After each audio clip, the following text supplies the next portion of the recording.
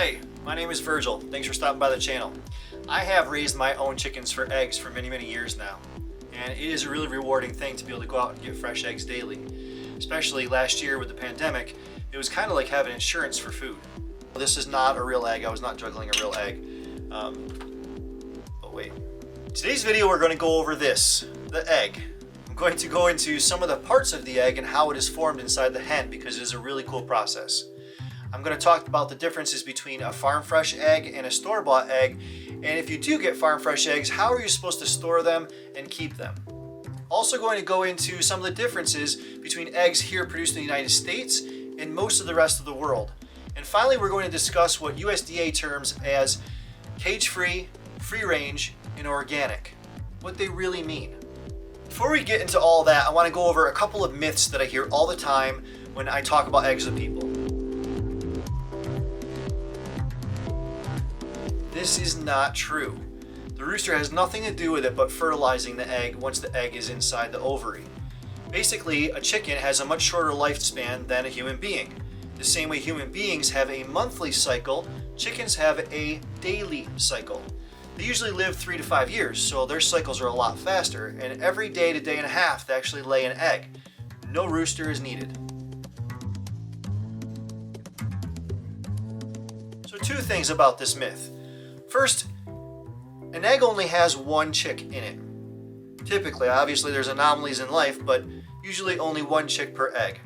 Secondly, once an egg is laid, it has to be kept by the hen to 100.5 degrees. If it isn't, the embryo is not going to grow. So if you collect your eggs daily, there's no chance of having a baby in it.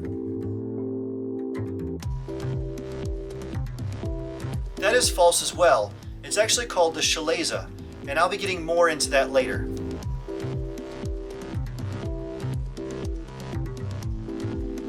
This is not true either. The only difference is the pigment in the shell when the shell is formed inside the hen. Everything about the egg inside is completely the same. Just it's a different color. Let's all let that sink in for a second. This isn't true. By not eating the yolk, you're missing out on a lot of the main nutrients, including omega-3s and B vitamins. These contain anti-inflammatory properties and contribute to healthy, glowing skin and promote good vision.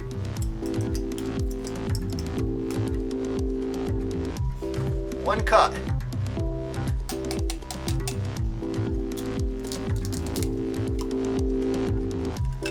That was real.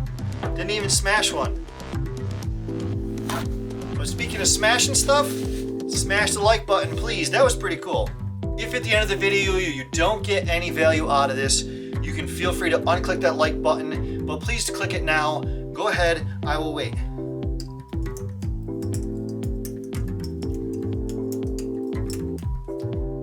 There we go. All right. Appreciate you clicking that like button and sticking around. Hit that bell notification thingy, and it helps spread the word of all the different things that I'm going to be putting videos out on. So I do appreciate it. Thank you so much. First, let's look into the parts of the egg and how it's developed inside the chicken.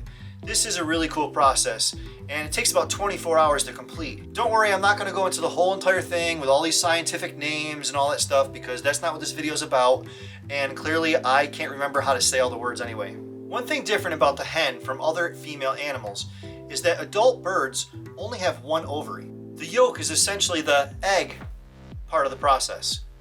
The yolk starts in the ovary and is encased by a thing called a follicle. As the yolk grows, it expands and it splits the follicle open, releasing the yolk into the ovary. This brings me to myth number 6 that I forgot to mention earlier. I hear it all the time, and it is that in farm fresh eggs, once in a while you get a couple or 1 or 2 little blood spots in there, and people think that that's the embryo of the chicken. It isn't. It's the follicle that holds the yolk in the ovary, and when the yolk grows, it splits that follicle open, and if there's any blood vessels that hemorrhage while that splits open and releases the yolk into the ovary, that's where the little blood spots come from. It's completely edible, it's totally fine, doesn't hurt anybody or anything, and it's completely natural. The yolk then leaves the ovary and enters the oviduct. This is a 2-foot long tract that the egg will pass through. At this point is when it can be fertilized. The yolk then goes into the next part of the tract, which I think is perfectly named, called the magnum. Like every gun, including the .44 Magnum, they are rifled. Rifling is where on the barrel of a gun there's actually grooves cut out in a spiral pattern going down the barrel of the gun. And as the bullet is shot, it spins, and as it leaves the gun, that spinning motion is what keeps the bullet on a straight trajectory. In the Magnum, the white part of the egg is deposited around the yolk. The white part is called albumin, and as it starts to travel down through the Magnum, it starts to spiral and twist. So as the yolk with the albumin, the white part around it, starts to travel through the Magnum, it actually spins. And the track is putting pressure on both sides where the yolk is. And as it spins over here and behind, the front and back is squished down with some pressure, and it's smaller, so it actually spins a lot more as it travels through, and it creates these really strong protein strings almost. The rope-like, string-like creation on both ends of the albumin is called chalaza. And the chalaza will eventually attach to the ends of two little membranes that go around the whole entire albumin, and kind of encapsulating it and keeping the yolk centered in the middle, kind of like a shock absorber for the yolk and the potential embryo. It's the exact reason why when you hard boil an egg and you slice it down the middle, the yolk is always suspended in the middle of the white. So you can think of those two membranes around the albumin kind of like an amniotic sac. And the albumin itself is the amniotic fluid protecting the baby inside. As the egg continues down the track, it absorbs a lot of water, and it takes that sac and expands it to the shape of an egg. It absorbs a lot of water right straight through the membrane through osmosis. I had to look up that word because I had no clue. I remember hearing it in high school, but I don't remember what it meant. I remember something passing through something, but that's the way it goes. The egg then enters the shell gland where a solution of calcium carbonate is secreted, and it starts to slowly stick to the expanded membrane. This calcium carbonate are like small little triangles that fuse together, and where they don't meet, there's a small little pore that's left in the shell. This is also where the pigment is added to the shell itself, and eggs can range in color from white to brown to green to blue. This entire process of the shell forming around the egg and the membrane takes about 20 hours. If the chicken's diet is deficient of calcium, the shells can be really brittle or break. I've actually had a few eggs laid where it's literally a squishy little thing with a membrane and absolutely no shell. Two things I do for my chickens to supplement the calcium is one, I give them a feed of oyster shells, crushed up oyster shells you can buy at a farm supply place. And the other thing too is I also feed them back the shells from the eggs that I eat. They will go crazy for them. They crunch them right up and they eat them, and it replenishes their calcium need. After the shell is fully formed, just like a human baby before it's born, the egg actually flips completely upside down. At that point, it is laid through an opening called the cloaca. That is the single opening a chicken has. The egg, feces, and urine all exit the chicken through the cloaca. When an egg is laid, it has a natural protective coating on it called cuticle. I've also heard this called bloom. I have actually seen a chicken lay an egg, and it came out, it was all wet, and literally I watched it dry in about 4 seconds. It was really cool seeing this, and it's almost like an antibacterial force field is around the egg. This barrier protects the baby embryo inside, but also for eggs that are meant for human consumption, it keeps them a lot safer for a lot longer. The bloom on this egg, the protective coating, is the main reason why our eggs produced here in the United States are banned in the European Union and the United Kingdom. Yes, you heard me right, they are banned. You would assume that something stamped with USDA, also known as United States Department of Agriculture, is good to go, right? Nope. The USDA allows some pretty crappy conditions in the American henhouse. Due to the dirty conditions allowed in our egg production here in the United States, it is mandatory that eggs must be chemically washed before sold to the consumer. By washing the eggs, you remove that safety force field around the egg. And that's why in the United States, all of our eggs have to be refrigerated. Remember how the shell is made and it has little pores on there? Well, once you remove that bloom, it opens up those pores and salmonella and other germs can get inside the egg. In other parts of the world, the emphasis is put on cleaner living conditions for their chickens. It's illegal for farmers to wash that protective coating off. It forces them to have cleaner and healthier conditions. They want to give their customers a cleaner product, and in return, the customer gets a cleaner, healthier, safer egg. I have personally been to other countries and seen eggs sitting on the shelf in the grocery store right next to the cereal. At first I was like, what is going on here? Don't they refrigerate their eggs? And somebody told me, no, it's because we don't wash them. When you buy your eggs here in the United States, believe it or not, that egg could actually be up to 45 days old. And the regulation is written in a way that even more time could go by. Here, I'll read it. It's, quote, must be sold within 45 days of the time of packaging, end quote. So how much time goes from the time the egg is laid to the time it's collected, to the time it's chemically cleaned, to the time it's actually packaged, and then has 45 days as fresh for you to buy. So here's what a typical egg farm looks like. You have 4 to 6 chickens in one small cage. They can't even spread open their wings. They're systematically fed and watered. When they're born as chicks, their beaks are singed off so they can't peck each other. They're given an antibiotic shot, and they live a lifetime not perching, but on a mesh bottom floor. And I hear people say all the time, oh, but I buy cage-free, free-range organic eggs. Let me explain to you what those crazy, misleading, propagandic marketing words really mean. Cage-free. This sounds great. But what it really means is, instead of 4 to 6 being in one cage, you have 9,000 birds in one building. They're still beak to tail in an overcrowded space. But at least they're allowed unlimited water and food throughout the day, and they're allowed to roam free during their laying cycle. I'm not really sure how you can roam free in that. But let's go to the next one with this lovely label called free range. This is very misleading and should not be allowed to be labeled this way. Free range, or free roaming, means that the chickens are allowed to be outside. I'm going to read to you the way this is written. Quote, producers must demonstrate to the agency, which I believe is the USDA, that the poultry has been allowed access to the outside, end quote. They're allowed access to the outside. That doesn't mean they're outside running around. It means they're allowed access to the outside. This means you can have an 80 by 160 building or bigger. You could have thousands and thousands of hens in there. And on one end of the building, they could have one 8-inch square hole with a door that allows them to go outside. This door only has to be open for 15 minutes a day. If the birds do venture actually outside, they have to have 2 square feet of space per bird, with no requirements of having any living vegetation. This means that literally they could be out there in all gravel or all dirt with nothing green and nothing living out there whatsoever. So how is this actually called free range? Then we go to what's called organic. And these are basically cage-free, free-range birds. The same exact scenario as before, but the difference is they're fed an all-organic meal, and they also don't get antibiotics unless they absolutely need them. Please understand that this is not how all farmers operate. But the sad part is this is how the regulations are actually written. It's a complete contradiction of most of the rest of the world.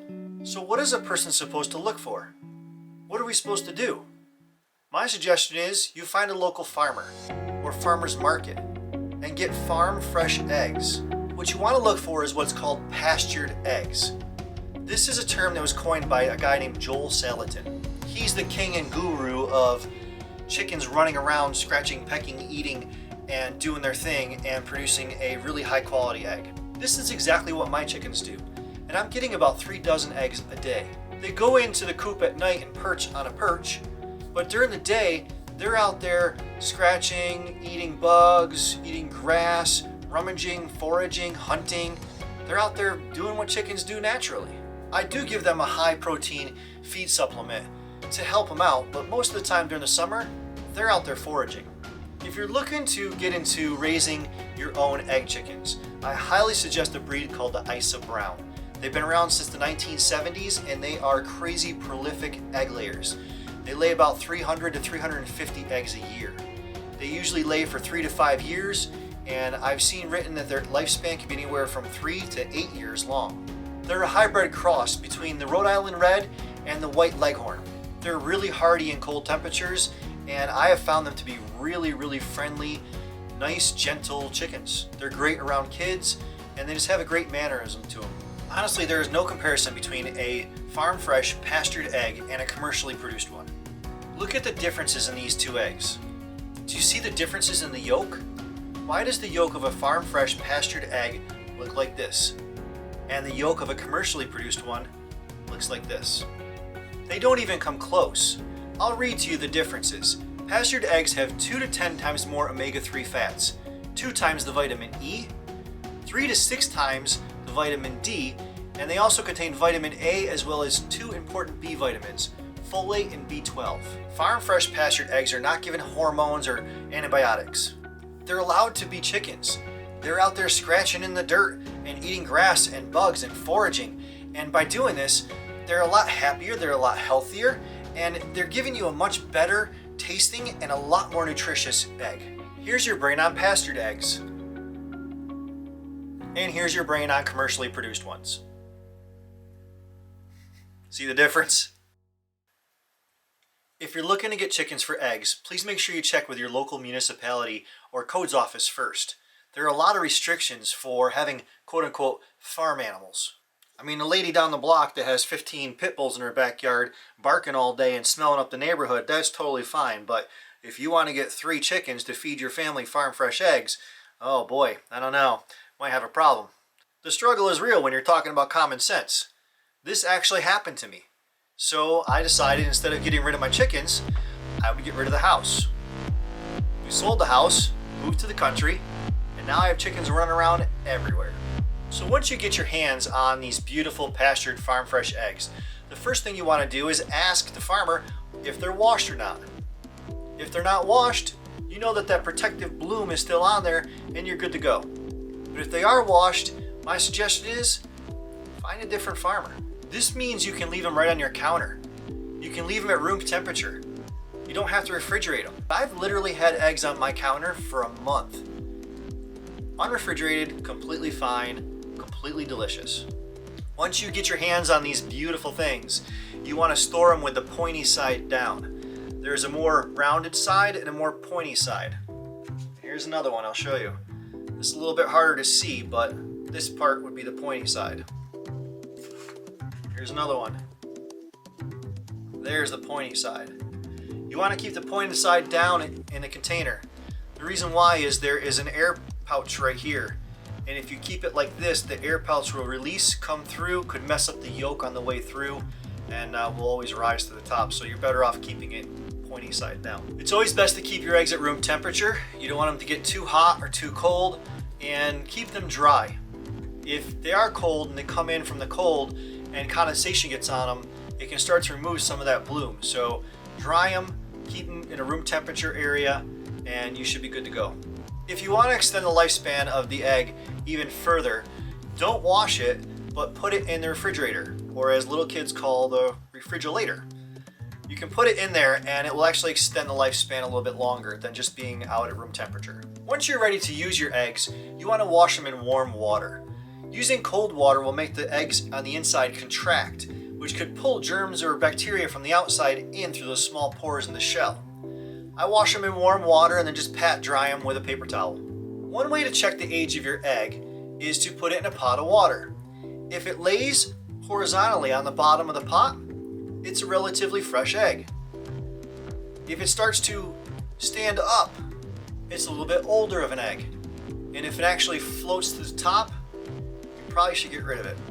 And speaking of a pot of water, if you want me to do another video on the best way to get a perfectly peeled egg almost every single time, because there's always one bad egg in every basket, let me know in the comments down below and I'll do a video on hard boiling eggs. I hard boil like 50 at a time, and we have them all the time in salads and just grab and go, and they're great. So if you want to see me do a video on that, let me know and I will do so.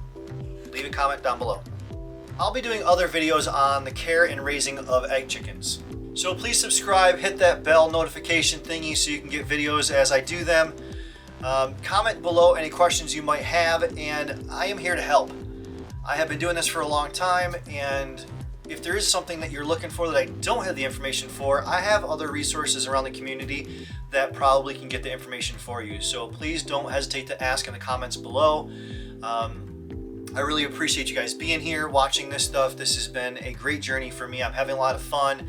I am learning some really cool stuff along the way as well. So if you took nothing else out of this than some really fancy words you can use at breakfast like chaleza and albumin and stuff like that, then we're good to go. So in closing, I would like to say a horrible dad joke. What happens when you tell an egg a joke? It cracks up. Bye, y'all. Thank you.